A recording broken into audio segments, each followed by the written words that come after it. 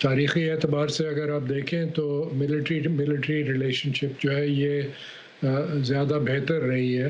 اس لیے کہ ایک تو ٹریننگ اسٹیبلشمنٹس کا کانٹیکٹ رہا ہے، اور امریکہ نے خاص طور پہ پچھلے 20 سال میں کافی موقع دیے پاکستان کی فوج کو کہ وہ ٹریننگ امریکہ میں لیں، اور 200 سے زائد افسر ہر سال امریکہ آتے تھے۔ اب وہ ٹریننگ بند کر دی ہے صدر ٹرمپ نے، اور میں سمجھتا ہوں کہ اس کا اثر جو ہے یہ اگلے 5-10 سال میں یہ نکلے گا۔ اس کے علاوہ باقی ملٹری اسسٹنس بھی بند ہے اور اکنامک اسسٹنس بھی بند ہے، تو یہ اس کے اثرات دور رس ہوں گے۔ امریکہ ایک عرصے تک جو پاکستان کے ساتھ تعلقات ہیں ان کو افغان لینس سے دیکھتا رہا، کیا اس اپروچ میں کوئی تبدیلی آئی ہے ابھی؟ میرے نزدیک کوئی تبدیلی نہیں آئی، یہ پچھلے 20 سال سے تقریباً یہی ایک سلسلہ جاری ہے کہ افغانستان کی پالیسی ڈائریکٹ کر رہی تھی پاکستان پالیسی کو۔ حالانکہ امریکہ کے اندر ایسے لوگ تھے جو چاہتے تھے کہ امریکہ کے تعلقات پاکستان کے ساتھ علیحدہ ہوں اور ایک سپریٹ پالیسی بنائی جائے خطے کے لیے۔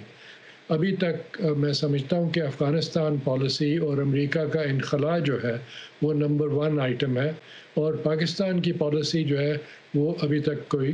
کسی کے حوالے نہیں کی گئی کہ وہ ایک نئی پالیسی کی تشکیل کرے۔ سر ٹرمپ کے دور کی طرف آتے ہیں، انہوں نے ایک طرف پاکستان کی جیسے آپ نے کہا فوجی امداد بھی بند کر دی، دوسری امداد بھی بند کی، دوسری طرف انہوں نے جو ہماری سیاسی قیادت ہے پاکستان کی اس کے ساتھ انگیج کیا، اور عمران خان یہاں پر دورے کے لیے آئے، دونوں کی ملاقات ہوئی۔ اس کے بعد دونوں ملکوں کے جو تعلقات ہیں اس پر اس ملاقات کا کیا اثر پڑا؟ کوئی خاص اثر نہیں ہوا ابھی تک، میں سمجھتا ہوں یہ صرف آپٹکس تھی، اور یہ دونوں صدر ٹرمپ اور وزیر اعظم عمران خان کو فائدہ ہوا آپٹکس کا، لیکن ملک کو کچھ فائدہ نہیں ہوا۔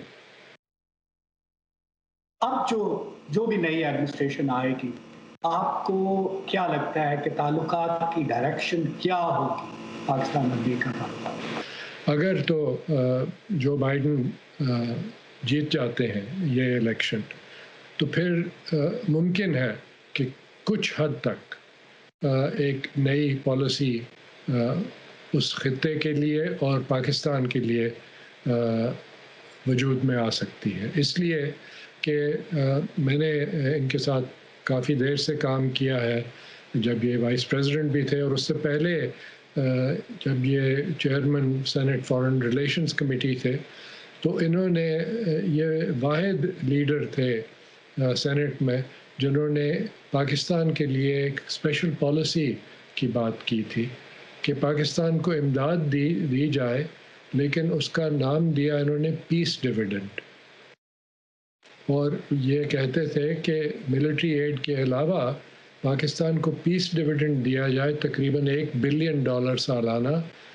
تاکہ اگر پاکستان کچھ ریزلٹس بیسڈ اکنامک ڈیولپمنٹ کرنا چاہے تو اس پہ اس کی مدد کی جائے۔ تو میں سمجھتا ہوں کہ بائیڈن کے آنے سے شاید ایک موقع ہو ایک نئی ریلیشن شپ کا، لیکن جہاں تک کہ صدر ٹرمپ کا تعلق ہے، ابھی تک ان کی فارن پالیسی کافی بینک کرپٹ رہی ہے اور اسٹیٹ ڈپارٹمنٹ کو کمزور سے کمزور تر کر دیا۔